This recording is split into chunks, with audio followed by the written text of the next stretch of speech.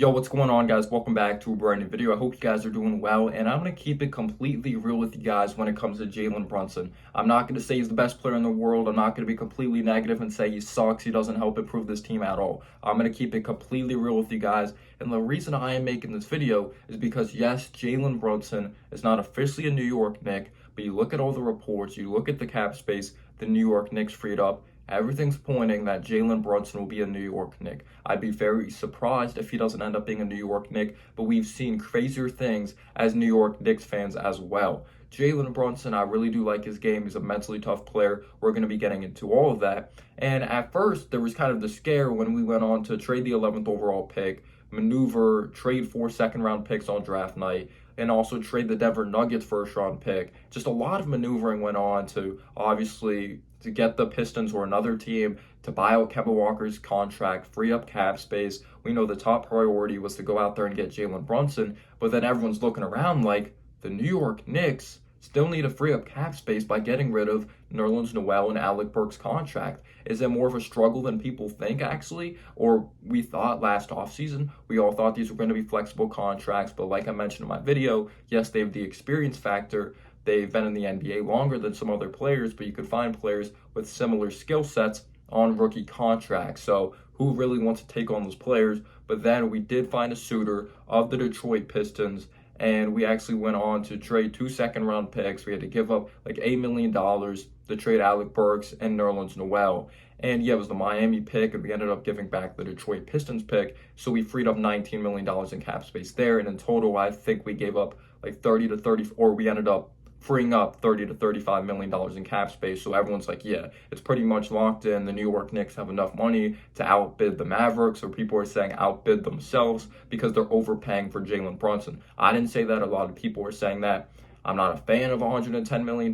He's a good player. I'm going to be getting into why it's okay to sign him to that certain amount of money, or you could literally make the argument it's not, but obviously it's an improvement to our basketball team. But $110 million is a lot of money.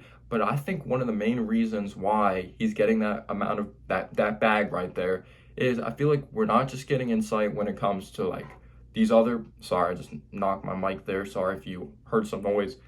I don't think there's just an insight from the people that control the cap and Scott Perry. I think it's also Leon Rose getting like really insight when it comes to this, because obviously Leon Rose is the head of the head. He's the godfather of Jalen Brunson, and we actually have his father on the coaching staff of Rick Brunson. Rick Brunson used to play for the New York Knicks.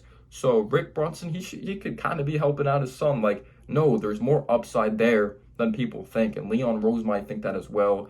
He's still only 25 years of age, 25 years old, and you could say he can continue to get better. I know he's kind of limited when it comes to physical tools wise, but he's a very hard worker. He's just an old school type of player. When you watch this dude play, he just plays his heart out there on the floor.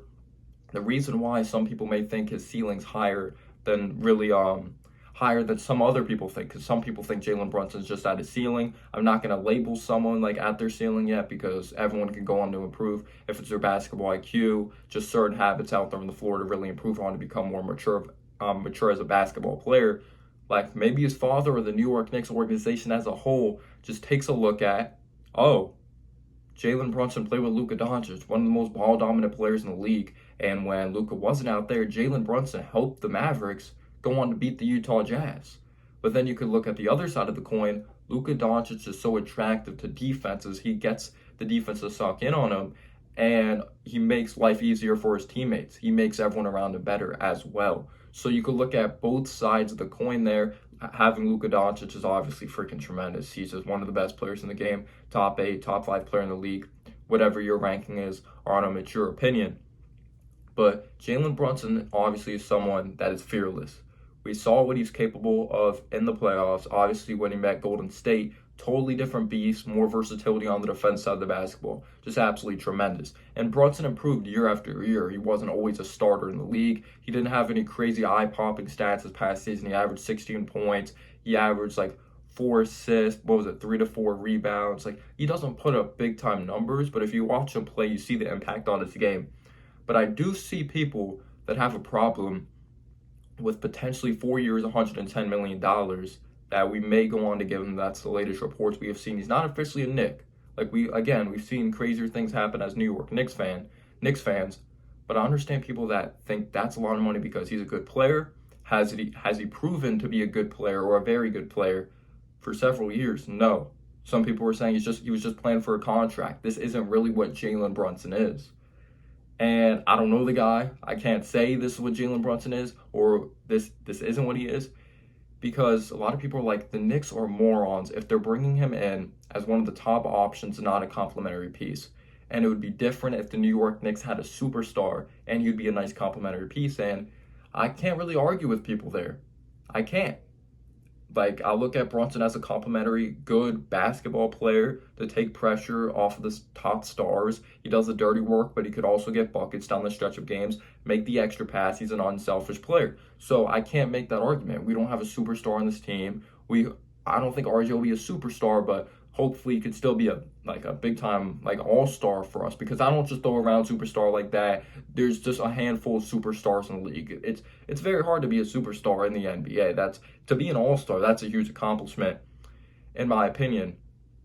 But when you just take a look at Jalen Brunson play, he's an old school physical type of play. Like a lot of people are concerned also when you give him this money under Tom Thibodeau. Thibodeau's going to run him into the ground. He's only 6'1".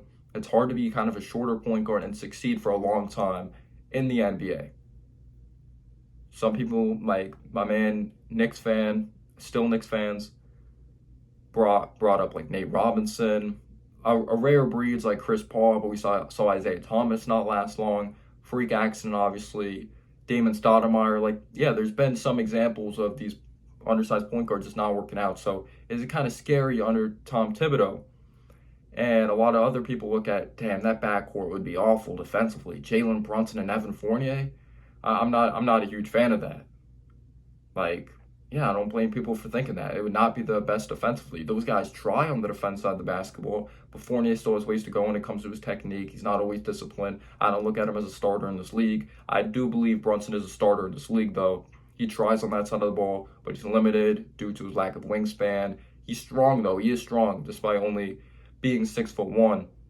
And he does bring a shot creation factor, and obviously he's a huge upgrade compared to what we've had in the past, like Alec Burks starting at point guard, Frank Ntilikina, Dennis Smith Jr., Trey Burke. Like, we've had so many point guards throughout the year. Emmanuel Mudiay. It's like ridiculous the amount of point guards we've had.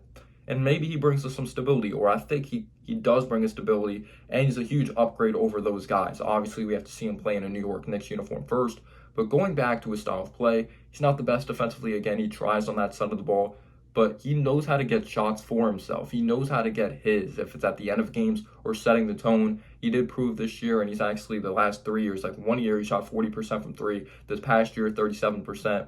He has step backs. It's not like some lethal step back, but it's enough to create separation. He's proven to be a 3-level scorer from three, mid-range territory, attack the basket, use the backboard for his protection. So he knows how to get buckets, nice hesitation moves. He's unorthodox. He fakes dribble penetration, stops, has like a fall-away jumper at 6'1", but he's so strong. He's just such a unique player. Like, you'll see him post up at times. He's not some lethal, elite playmaker, or he doesn't have lethal vision out there, but he can make the basic reads. Like, he'll make our team better. It's just, I understand Knicks fans' point of view, or some Knicks fans' thoughts, like, oh, he doesn't move the needle like that, though. How much does he improve our team? He improves our team, but not by that much. But are the Knicks looking at, oh, Brunson improves this team, we get a little better, we could attract another player? Because they said they're not done. They may be bringing in a DeJounte Murray. There's some questions with the floor spacing there as well. And would it be a small lineup? We would have RJ at the 3 again. He's only 6'6", or not only 6'6". Some people are saying he should play the shooting guard position again, like his rookie year. DeJounte Murray, he's labeled at 6'4". I know he looks taller with his wingspan, but then you have Jalen Brunson, who's only 6'1". So the defensive upside's there at the 2 and the 3, but how's the offense going to be? How's the spacing? The inconsistent spacing when it comes with Brunson. RJ still needs to improve from 3, even though he's going to put in the work. But Fournier there as well. He's a good 3-point shooter, though. But let's say we do move on from Fournier, we get Murray. The floor spacing is not great. We need more consistent shooters.